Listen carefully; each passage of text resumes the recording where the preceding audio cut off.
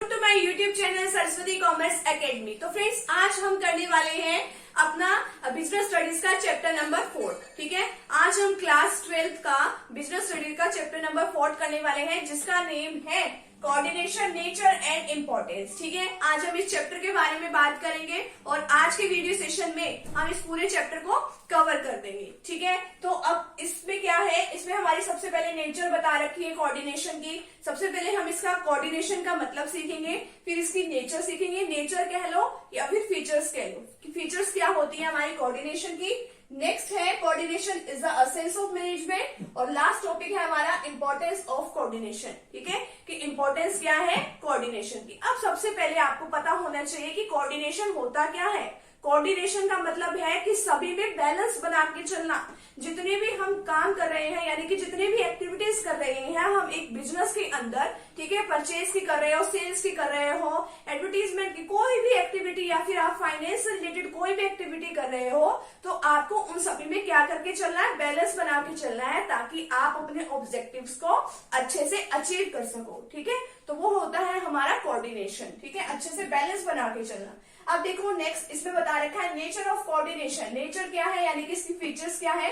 Coordination integrates group effort. अब देखो, coordination की जरूरत ही वहां पड़ती है जहां पे बहुत सारे लोग हों। ठीक है, मतलब कि एक बिजनेस में अगर काफी सारे लोग होते हैं तब हमें कोऑर्डिनेशन की जरूरत पड़ती है। जब एक सिंगल पर्सन ही किसी बिजनेस में काम कर रहा है तो उस टाइम हमें कोऑर्डिनेशन की कोई जरूरत नहीं होती। वो किसके साथ कोऑर्डिनेट करेगा, किसी के साथ भी नहीं। तो कोऑर्डिनेशन की जरूरत जो है वो ग्रुप में जब हम काम कर रहे हैं उस टाइम पड़ती है। अब नेक्स्ट है coordination ensures unity of action. अब कोऑर्डिनेशन में क्या है कि सारे मिलजुल कर एक होकर काम करें। ठीक है, यानी कि जितना भी हम काम कर रहे हैं वो मिलजुल कर करें, यानी कि परचेज डिपार्टमेंट और सेल्स डिपार्टमेंट इस तरीके से कोऑर्डिनेट, यानी कि आपस में बैलेंस बना के काम करें कि हमें ज्यादा से ज्यादा ऑर्डर मिले, कि हमारा ज्यादा से ज्यादा जो हमारे पास गुड्स है वो सेल हो। ठीक है, तो सभी को अपना जो काम है वो एक कोऑर्डिनेशन, एक यूनिटी के साथ उनको अपना काम जो है करना है। नेक्स्ट है coordination is a continuous process. Coordination क्या है, एक कॉन्टिन्यूस प्रोसेस है। ये नहीं है कि आज हमने किसी काम में कोऑर्डिनेशन कर लिया, अगले दिन छोड़ दो, अपना जैसा मर्जी है वैसा काम करो। नहीं, हमें ये लगातार कोऑर्डिनेशन बना के चलना है, एक कॉन्टिन्यूस प्रोसेस होती है। ठीक है, अगर मान लो हमने कोऑर्डिनेशन छोड़ दिया, ठीक है, कोऑर्डिनेशन किया ही नहीं, तो बैलेंस बिगड़ जाएगा। ठीक है, तो हमारा काम जो है वो सही नहीं होगा और हम अपने ऑब्जेक्टिव्स को अचीव नहीं कर सकेंगे। ठीक है, coordination is an all pervasive function. अब ये जो है कोऑर्डिनेशन जो है वो सब जगह अप्लाई होता है। ठीक है, चाहे हमारी एजुकेशनल की बात कर लो, एजुकेशन सिस्टम की, वहां पर भी कोऑर्डिनेशन होना चाहिए। चाहे हम उसमें हमारे कोई भी खेल के जो भी मैचेस वगैरह होते हैं, गेम्स के जितने भी मैचेस होते हैं, वहां पर भी कोऑर्डिनेशन होना चाहिए। ठीक है, स्कूल में टाइम टेबल का बनना क्या है, एक कोऑर्डिनेशन ही है कि सारे लेक्चर वाइज जो है सारे काम चलेंगे। ठीक है, बैलेंस हो गया ना। अब ऐसे तो नहीं आपको पता ही नहीं है कब कौन सा लेक्चर चल रहा है। ठीक है, ऐसे तो नहीं होता ना, आपके एक सर्टेन टाइम पीरियड वो होता है कि आपको इस टाइम पीरियड में आपको ये वाला लेक्चर जो है वो अटेंड करना है। ठीक है, तो ये किसका एग्जांपल है, हमारा कोऑर्डिनेशन का। ठीक है, coordination is the responsibility of all managers.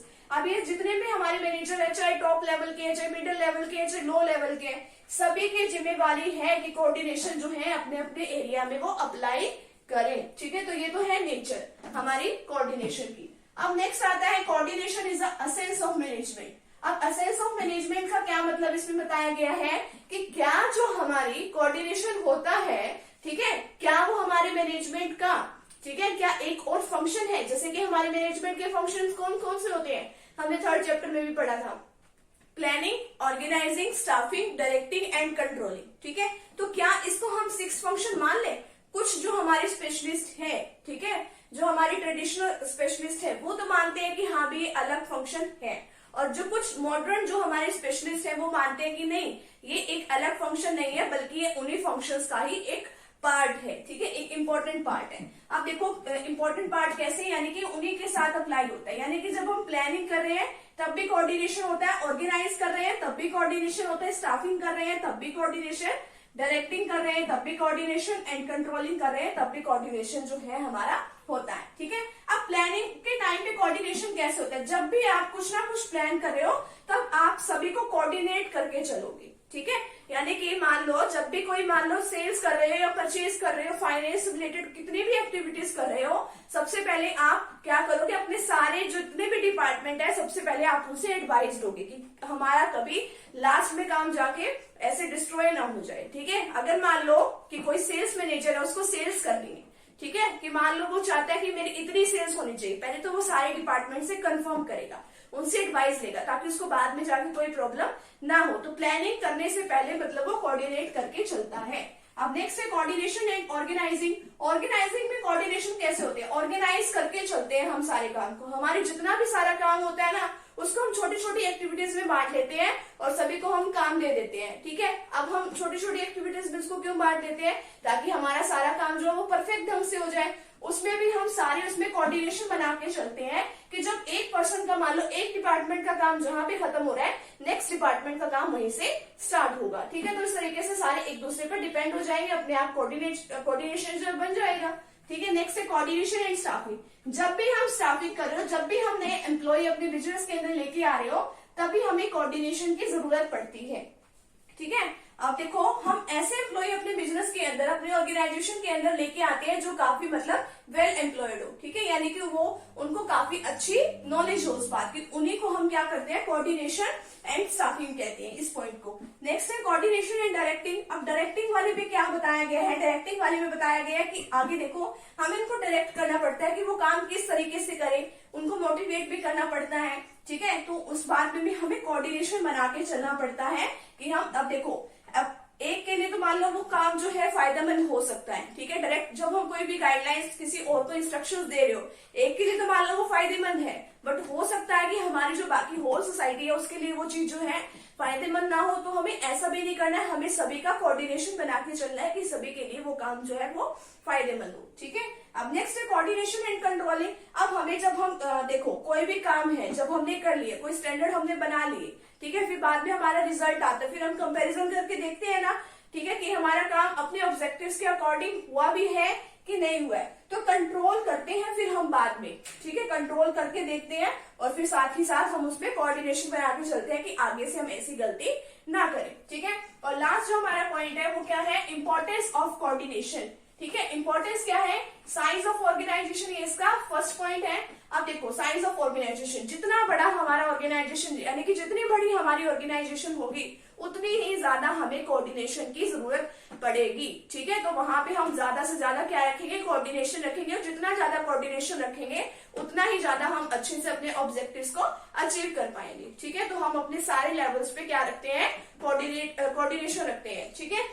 हमारे पास फंक्शनल डिफरेंशिएशन। फंक्शनल डिफरेंशिएशन में क्या होता है कि सभी वर्कर्स का काम जो है अलग अलग होता है, यानी कि सभी को अपना अपना जो फंक्शन है वो परफॉर्म करना पड़ता है, ठीक है। सभी का काम अलग अलग हो सकता है, बट अपने मेन ऑब्जेक्टिव को पूरा करने के लिए उनको क्या करना पड़ता है, कोऑर्डिनेशन बना के रखना पड़ेगा उनको, तभी वो क्या करेंगे, अपना काम अच्छे से कर पाएंगे। अगर मान लो उन्होंने आपस में कोऑर्डिनेशन बना के अगर वो नहीं रखते हैं तो उनमें तो आपस में डिस्प्यूट यानी कि झगड़ा हो जाएगा, ठीक है। तो फंक्शनल डिफरेंशिएशन जो है, सभी का काम अलग होने के बावजूद भी हम कोऑर्डिनेशन की वजह से अपने ऑब्जेक्टिव्स को अचीव कर पाते हैं। नेक्स्ट है हमारे पास स्पेशलाइजेशन। अब स्पेशलाइजेशन में क्या होता है, अब देखो हर काम को करने के लिए कोई ना कोई स्पेशलिस्ट जो होता ही है, ठीक है। हम अपने पूरी एक्टिविटीज को छोटे छोटे पार्ट्स में डिवाइड कर देते हैं और जो जिस काम का मतलब स्पेशल पर्सन होता है उस काम को वो काम दे देते हैं, उस पर्सन को वो वाला काम दे देते हैं। जिसको अकाउंट्स का काम आता है उसको अकाउंट्स का दे देते हैं, जिसको सेल्स का काम अच्छे से आता है उसको वो वाला काम दे देते हैं, ठीक है। इसी तरीके से हम सारे काम अलग अलग दे देते हैं,